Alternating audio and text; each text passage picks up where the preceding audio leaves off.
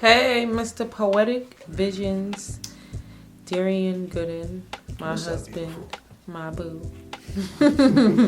So, I got 21 questions for you. You got 21 You ready? questions for me. I am. This is exciting. Why is it exciting?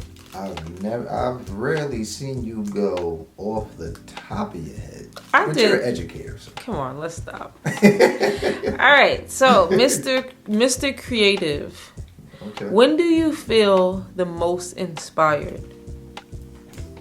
Wow. We starting like that? That's a good ass question.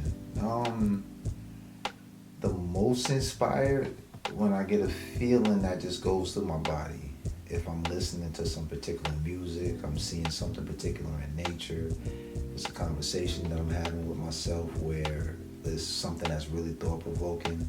I get like this chill and the urge to create or the necessity to create is almost instantaneous. And yeah, that's when I'm most inspired. Nice. So, what do you think is your most influential piece? My most influential piece? She's making me dig. um, I don't know if I could pinpoint one, but I'm gonna talk about the first one that came to the top of my head, and it's an older piece from like 2004 called "Upside Down, Inside Out."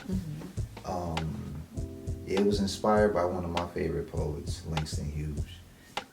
The man was ahead of his time. He took complex situations in life and spoke about them so poetically eloquent and simply. That poem was based off a poem that he wrote called Cultural Exchange. To this day, is one of my favorite pieces. Yeah, I think that's one of my most influential pieces based on what influenced me. Nice. How do you want to be remembered? You getting all this wrong? The depths of my mind.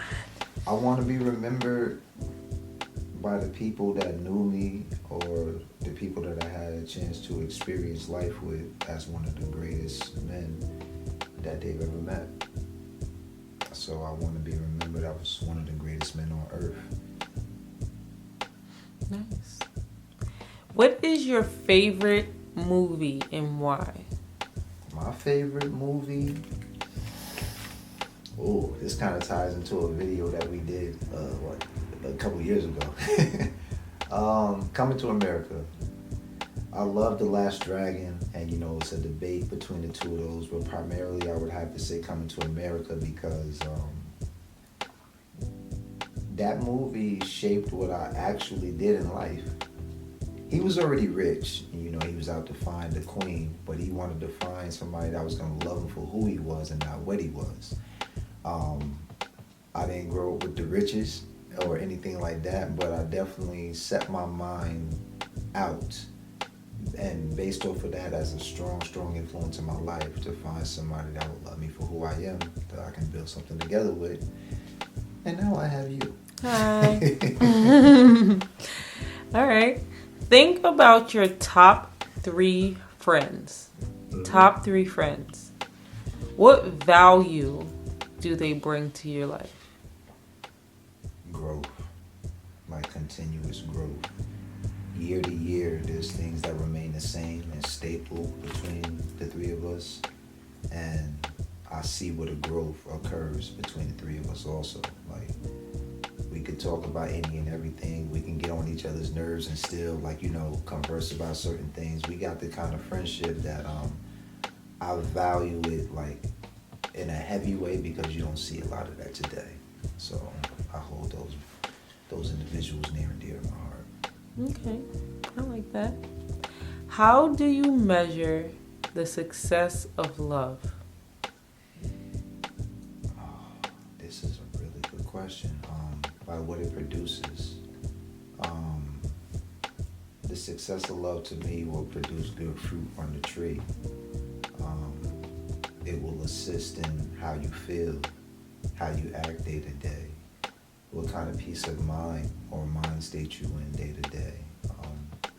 If you're sharing that love with another person, it will show up in their thought process, their mentality. It'll show up with a smile on their face, or my default is always peace. So I'll get that's like a never-ending response to a question. So I think it'll overall it'll be peaceful in your life. Okay.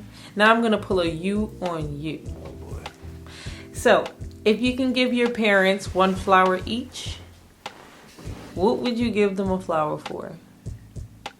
I gotta start with my mom. My mom, you hear me talk about my mom all the time. Like, you know, all the stuff she taught me. You love that mama. I love my mom. She's a very special woman and she taught me a lot in life. But if I had to give her one flower, work ethic. I've not seen any person in my life who worked harder than my mother. That's the first thing that comes to mind. If I had to give one flower to my dad, his listening. He has superb listening skills. And I'm still learning that to this day, but yeah, it's a sense of ambiguity in his listening, and it leads you to want to either ask more or know more, or really like ask him so many more questions to draw something out. So I would say listening. Okay. If you can pick one movie to describe your life, what movie would it be? Which movie do you think is most closely represents your life? Oh my God! We just spoke about Coming to America. I have to go with The Last Dragon after that. That most closely describes my life. Ooh, I have to make my own movie. Wow, that's a really good question. The movie that most closely depicts your life. Depicts my life. Wow.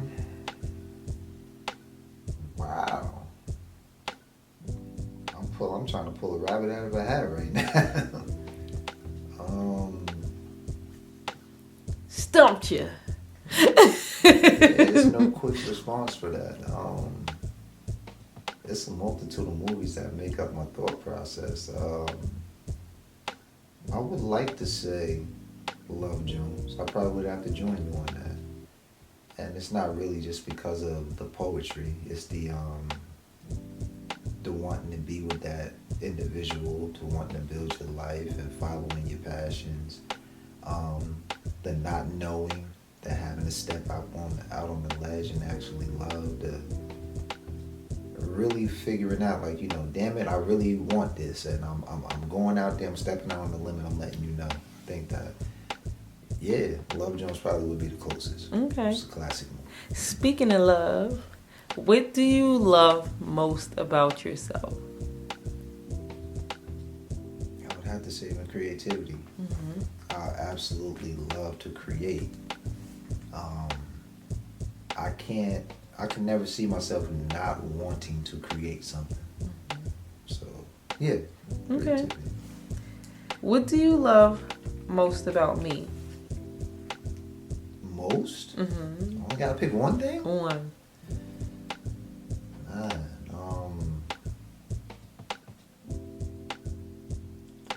One thing that I love most about you. That's tough. That's really not an easy. There's so many different things I love about you, but I think I'm gonna cheat and I'm gonna go with my default. My default response and say your willingness. I want to say I've been blessed to watch you grow and develop and who you experience life with you. I think that's the best way for me to describe it. And I see, I've been fortunate to see your transitions, to see where you became to where you at now. So that's one of the things I love most about you. That's what keeps me asking you, do you know how beautiful you are? From my perspective, so. Okay. What is one thing that you want to change about yourself? To not think so much and kind of just let life happen. Okay. Yeah. For sure. I think often. I'll never not think. Mm-hmm. But if I could like turn it off and turn it on when I want to, Okay. that would be great. What is one dream that you've had that you would, if you could only bring one of your dreams to life? One. I know you're a man of many passions. If you could only bring one dream to life, which one would it be? Like the real dreams I actually have? No, like baby. When I'm waking up dreams? Or No, like, my love. like dreams to achieve? Yes. If I could, one dream to life.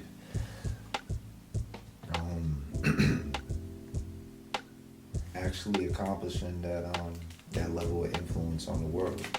Okay. Like having my personality be an influence on the world. Okay.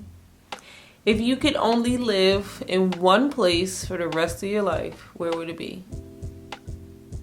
One place for the rest of my life.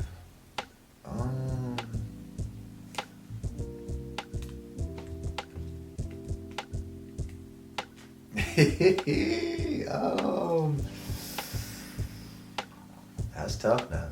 Because it's changed over time. If I can only live in one place for the rest of my life,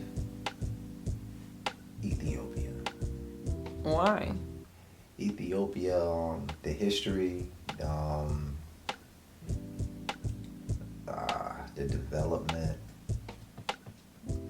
I don't know. I feel like, a real, like, eternal spirit come from Ethiopia. I'm telling you, it's changed over time. Okay. There was different places before, but that's the current right now. Okay. All right, so let's move on to something else. I know you've read a lot of books, especially in your 30s. You read lots and lots of books. Which book is by far one of the most impactful books that you've ever read? Okay. The first book that came to mind when you said that was The Magic of Thinking Big. But I don't think that was the most impactful. The most impactful was The Greatest Miracle in the World. That story is like so ingrained in my head, and I don't think it'll ever leave. That was one of the most impactful books ever in my life. That it shaped the way I saw myself valued at that point. It's a really good book. It's an excellent book, actually. Okay. Read that. The Greatest Miracle? The Greatest Miracle in the World. Okay. Do you feel supported by me? Yeah, I do. I definitely do. Especially when it's random. Like we was coming to do a video, you just threw on one of those original outfits, and I'm like, ooh, that look good on you. I gotta get a picture of you in that. Yeah, I'm just using that as an example. That was like something current, but yeah, just overall with all the things I want to do, I always feel supported by you. Even if it's something that you think needs some fine tuning, it's like, all right, I'm not going to shoot this down, but you ask questions, I guess, probably to address how serious I am about it. Mm-hmm. But yeah, I look at that with that sort of support. Okay. How do you think your perspective have changed in the last 10 years? My perspective has changed drastically in the last 10 years. I've seen my perspective on life develop, evolve. I'm looking at life from more than one dimension.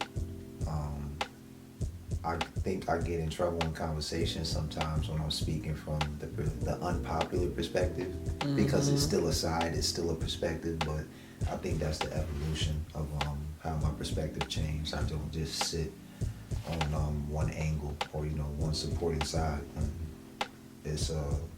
It's so much more to a story than to view it from one lens.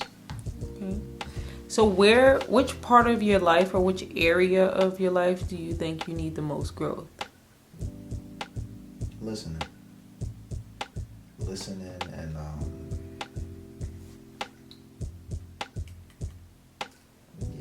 I wanted to say consistency, but I think I've developed a strong sense of consistency in certain areas.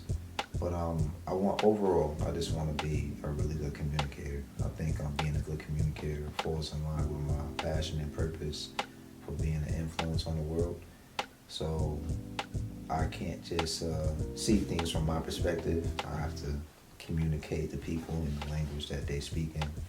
And the only way I can do that is to listen more. Okay. I remember when we first got together, you claimed to be a really good communicator. Retrospectively, do you think that statement was true? I mean, for the time that I was in and for how I was thinking, yes, but overall, no. No, my communication definitely needed to grow. It needed development. It needed to be challenged. It's like the mirror had to be held up to me to show me what that level of communication was producing, and I had to decide if that was something I really wanted or not. So, nah. Okay. I wasn't as good of a communicator as I thought. From your perspective, what is the difference between the truth and a lie? Wow. The difference between a truth and a lie is what they produce in your life, one, and two, the perspective that you give it.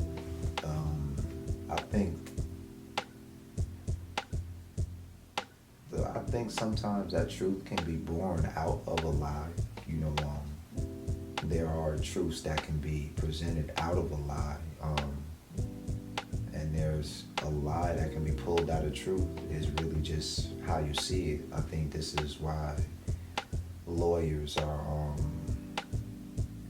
here, are birthed, or they speak amongst people on the planet from both sides.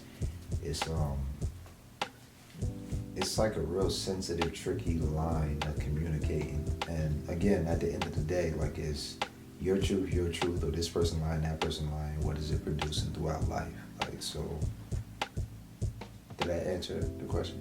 Yeah. Okay. So these days, what are you prioritizing?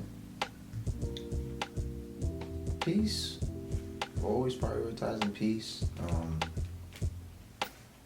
Not creating chaos, but conflict. I like to create conflict sometimes. So that's like, generating some kind of activity. But I prioritize my family, like my immediate family. You, that little guy in there sleeping, borderline snoring right now. I just heard him. My daughter definitely, and their success, like just being a good model for them, like doing things that they see as okay. I want to follow that, and I want to aspire to be like that. Setting a bar for them. But yeah, like my family, peace, and achieving what we all see as success. Mm-hmm. That's like top priority to me right now. Love that. And last but not least, and you might need to go into your Rolodex of poems. Oh my gosh. But what is your number one, what's one quote? Actually, I'll phrase it this way. What is one quote that you have written that you live by? One quote that I've written that I live by.